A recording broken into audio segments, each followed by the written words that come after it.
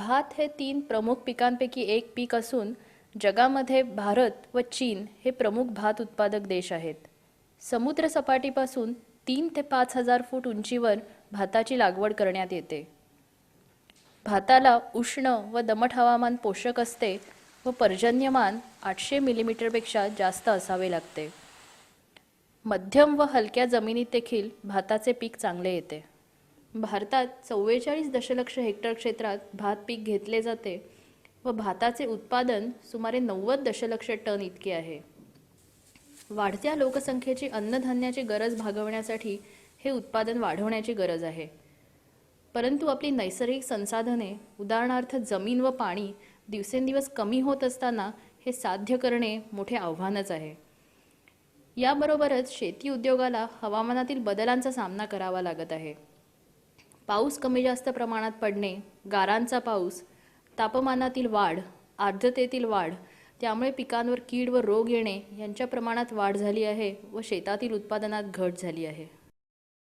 पूर्वीच्या काळी भात हे पीक पाण्यातच घेतले जायचे म्हणून त्याला पाण्यातील पीक म्हणून ओळखले जायचे.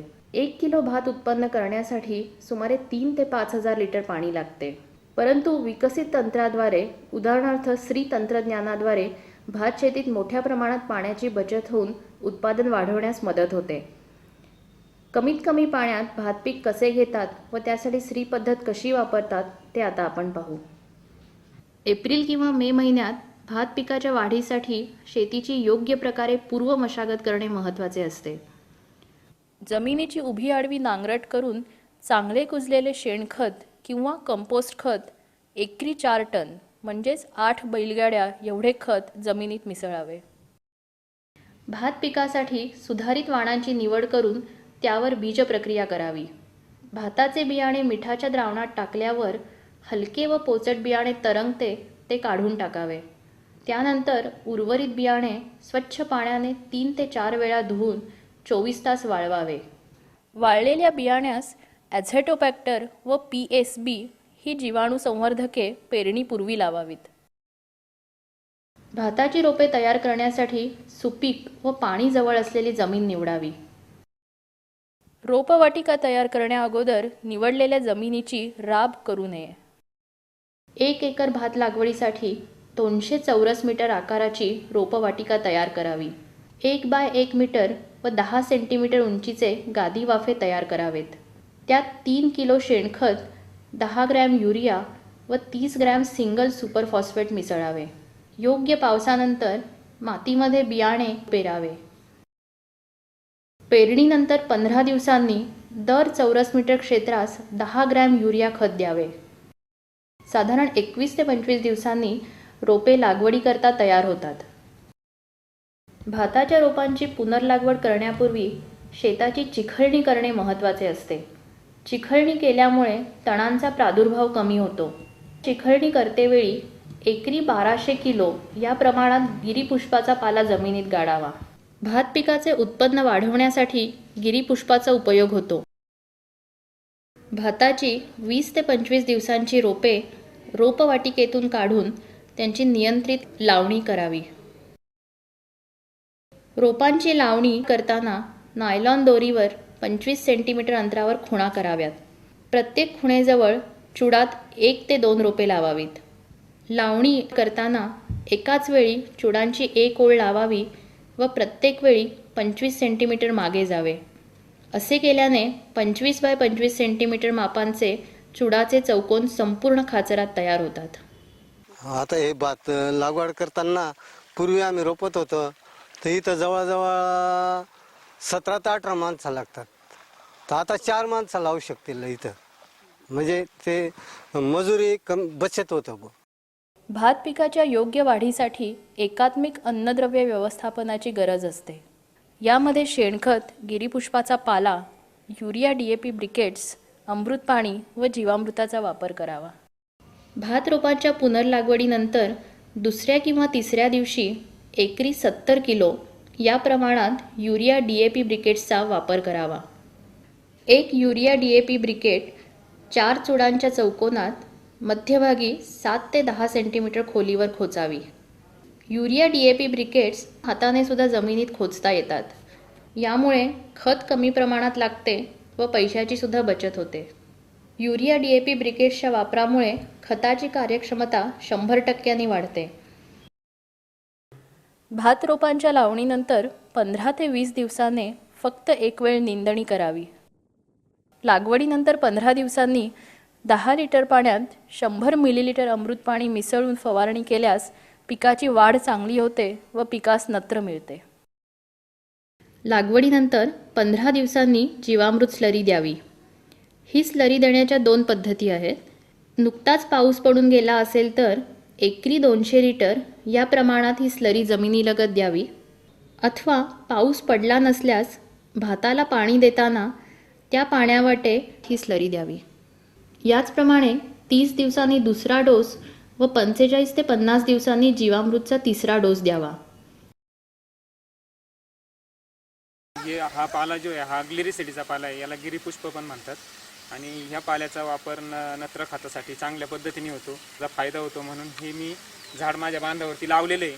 आणि ह्या झाडापासून मी माझ्या 4 सूत्री पद्धतीच्या शेतीमध्ये या पाल्याचा वापर केलेला आहे. त्याच्यापासून चांगली हिरवळ येते आणि नत्र खताचा फायदा मिळतो.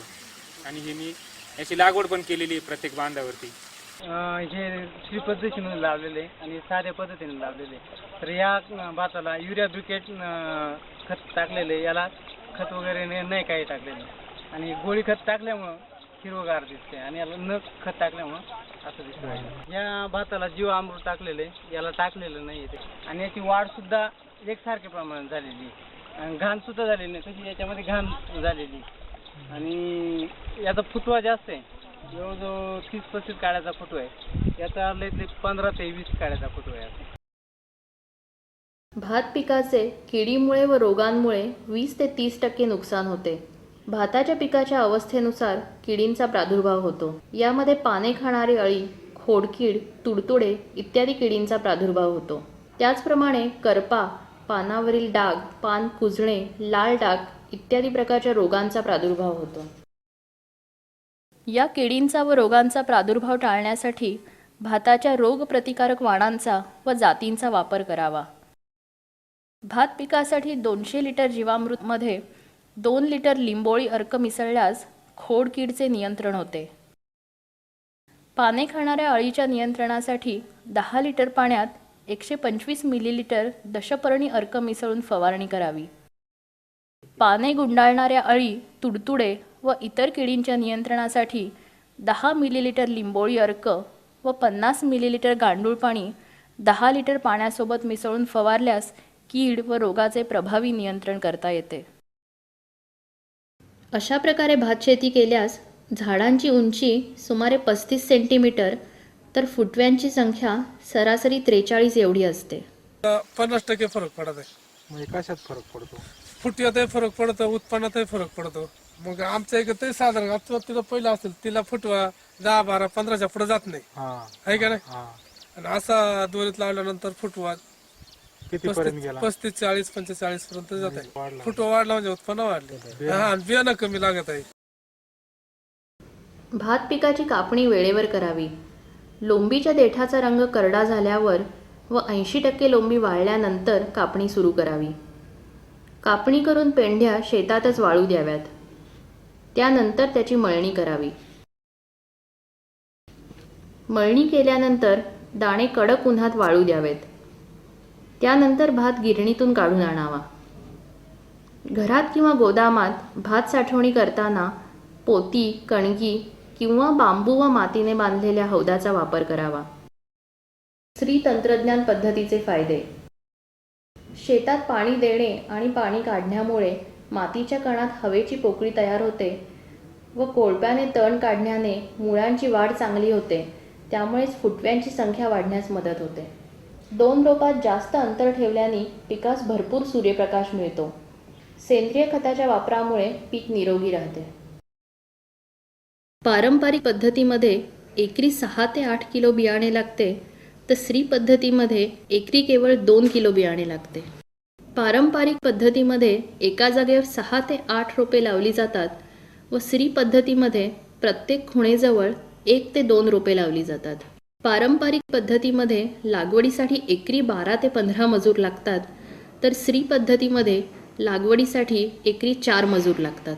पारंपरिक पद्धतीमध्ये फुटव्यांची संख्या 15 ते 16 असते, तर श्री पद्धतीमध्ये फुटव्यांची संख्या 40 ते 45 असते. पारंपरिक पद्धतीमध्ये रासायनिक खत फोकून दिल्यामुळे खत पाण्याबरोबर वाहून जाते व पिकाला त्याचा उपयोग होत नाही. तर श्री पद्धतीमध्ये युरिया DAP ब्रिकेट्समुळे खताचा पिकाला 100% फायदा होतो.